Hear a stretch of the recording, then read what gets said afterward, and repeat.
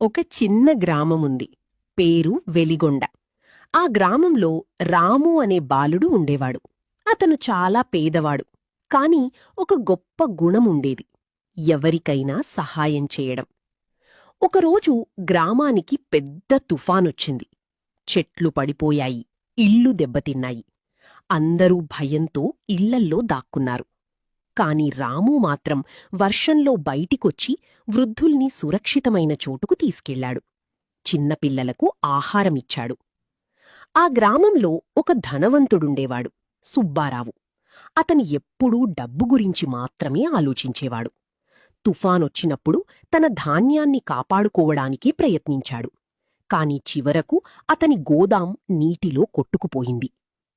తుఫాన్ ముగిసిన తర్వాత గ్రామస్థులు రామును చూసి ఆశ్చర్యపోయారు. నీ దగ్గర ఏమీ లేకపోయినా అందరికీ సహాయం చేశావు అన్నారు.